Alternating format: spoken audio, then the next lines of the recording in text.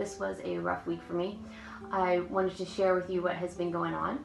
Today is January 21st. It's my birthday. I'm 42 years old today. Today was also the due date for what was supposed to be my 5th baby. Because I would have had a C-section last week, I should be holding a 1-week-old baby in my arms today.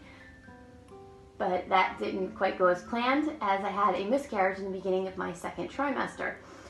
But that is not specifically what I wanted to share today, but it's the backstory to what I want to talk about, which is emotional eating. This past week, I have wanted to turn to food to make me feel better at least 3 or 4 times every day. If you are an emotional eater, I'm sure you can relate to that. We don't always eat simply because we're hungry. Sometimes we turn to food for comfort, for stress relief. But of course, emotional eating doesn't fix whatever the emotional problem is, and most of the time it actually makes us feel worse. So, how did I deal with my emotional eating habits this past week? The first thing I had to do was recognize that what I was going through was going to be an emotional eating trigger for me. Overall, identifying your trigger is the first step to stopping emotional eating. Over the past year, I've learned, for the most part, what my triggers are. Once I knew my triggers, the second thing I had to change were my eating habits.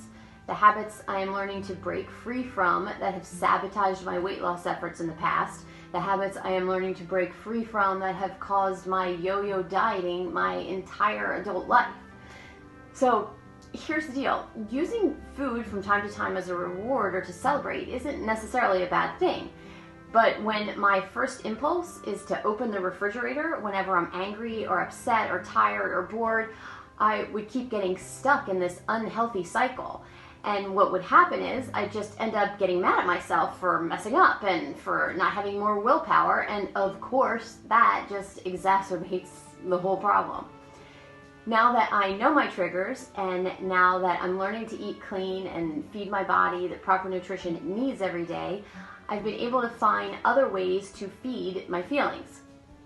If I'm upset, for example, I call someone who always makes me feel better.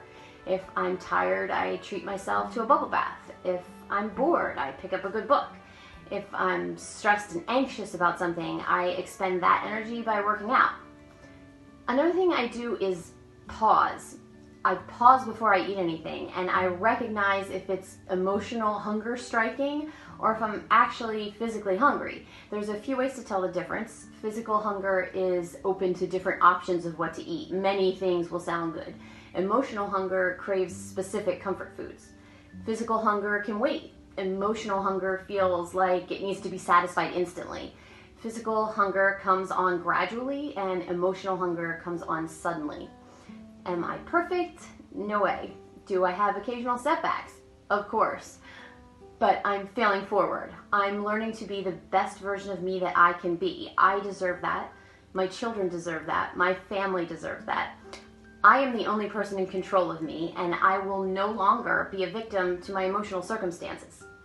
That's my story. I'm sharing it because I'm hoping that if you are someone who can relate, that maybe my story can help you. Thanks for listening.